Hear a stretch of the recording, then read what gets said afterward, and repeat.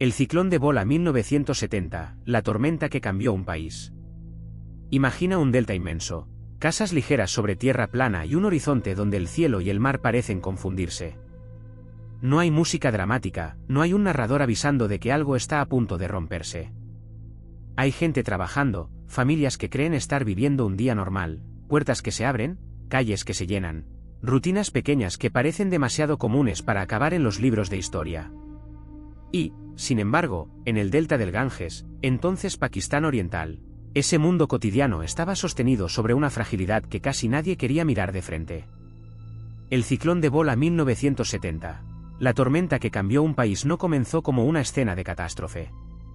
Comenzó como empiezan muchos desastres, con normalidad, con confianza y con la peligrosa idea de que lo peor siempre le ocurre a otros.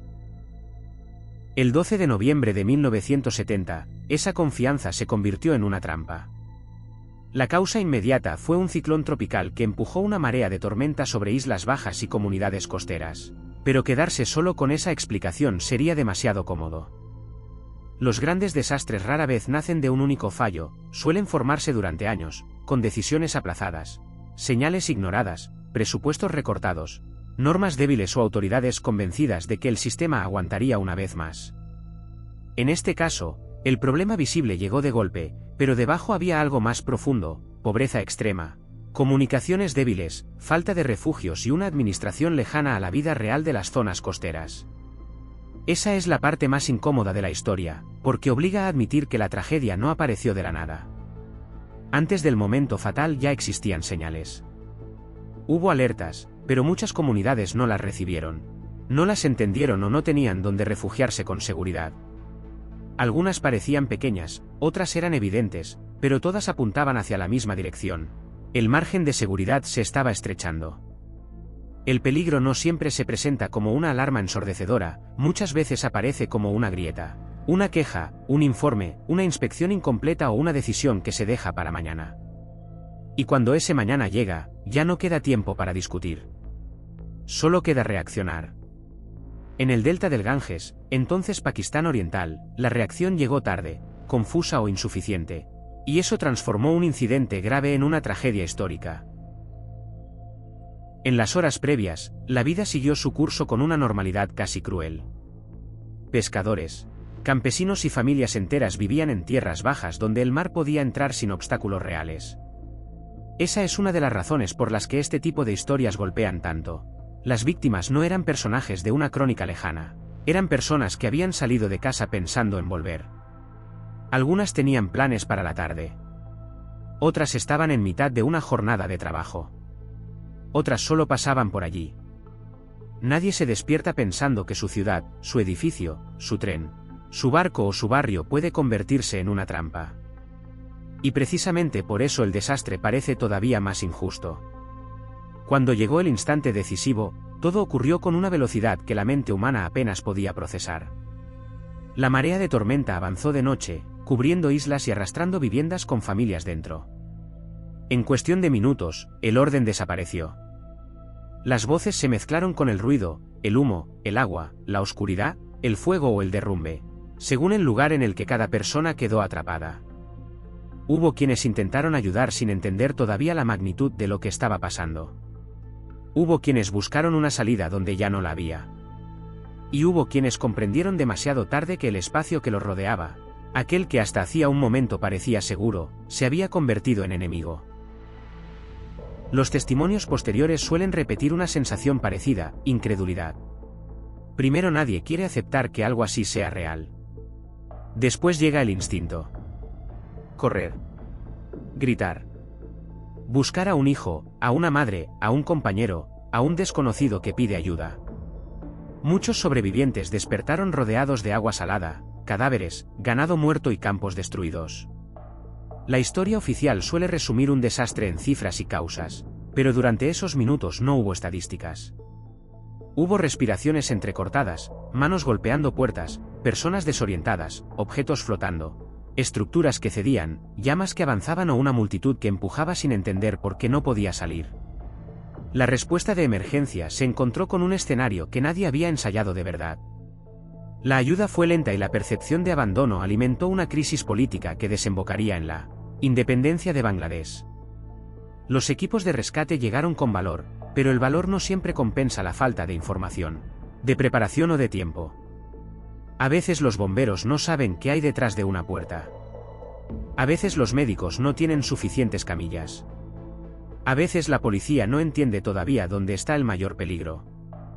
A veces la autoridad tarda en admitir la dimensión de lo ocurrido porque aceptar la verdad también implica aceptar responsabilidades. Y cada minuto perdido puede pesar durante décadas.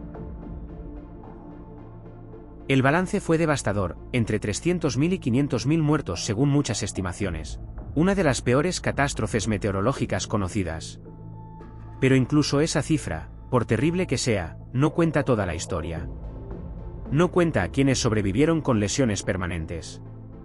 No cuenta a quienes perdieron a varios familiares en el mismo día. No cuenta los años de juicio, silencio, rabia, duelo o abandono. Tampoco cuenta la sensación de que el mundo siguió adelante mientras los afectados seguían viviendo dentro de la catástrofe. Para muchas comunidades, el desastre no termina cuando se apagan las llamas o cuando se retiran los escombros. Termina, si es que termina, mucho después. Las investigaciones buscaron causas concretas, y algunas aparecieron con claridad. La falta de carreteras, barcos suficientes y coordinación hizo que la asistencia tardara en llegar a quienes más la necesitaban. Sin embargo, la pregunta más dura no era solo que falló, sino por qué se permitió que fallara. ¿Quién tenía la responsabilidad de mirar antes? ¿Quién aceptó el riesgo? ¿Quién pensó que no pasaría nada? ¿Quién no escuchó a quienes advertían? En los grandes desastres, la responsabilidad suele repartirse entre documentos, empresas, técnicos, autoridades y decisiones aparentemente menores. Eso no la hace desaparecer. Al contrario, la vuelve más necesaria.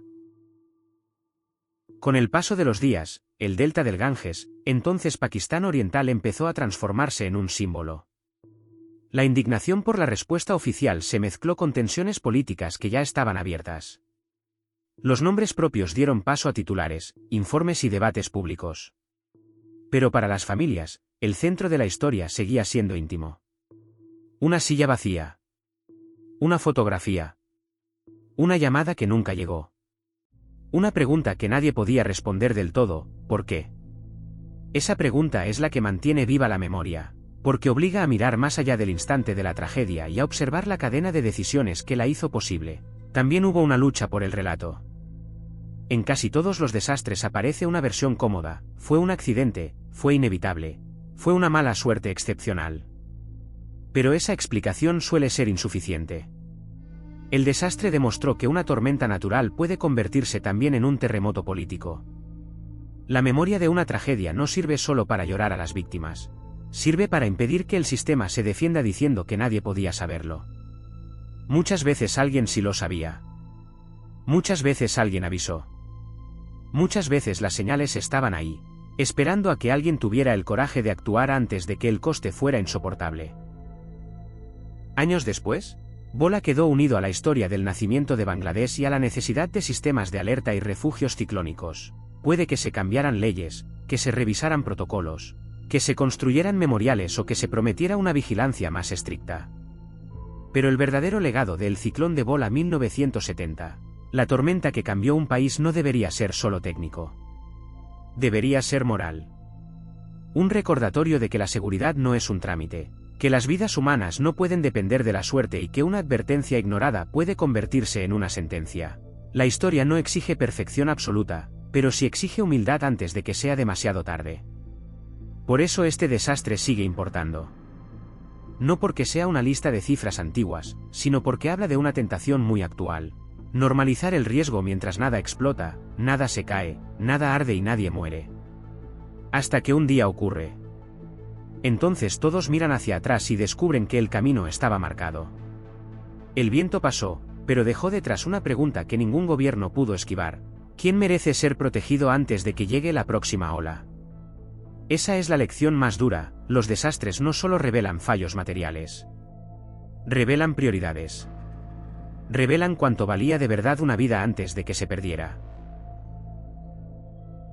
El ciclón de Bola 1970. La tormenta que cambió un país quedó grabado en la historia porque mostró, con una claridad brutal, que la catástrofe no siempre llega como un castigo inevitable de la naturaleza o del azar. A veces llega como la consecuencia lógica de no escuchar, de no revisar, de no invertir, de no detenerse. Y cuando llega, ya no distingue entre culpables e inocentes. Arrasa con todos los que estaban en el lugar equivocado en el momento equivocado. La pregunta que deja no es solo qué ocurrió aquel día. La pregunta es cuántas veces, hoy, estamos viendo señales parecidas y preferimos mirar hacia otro lado.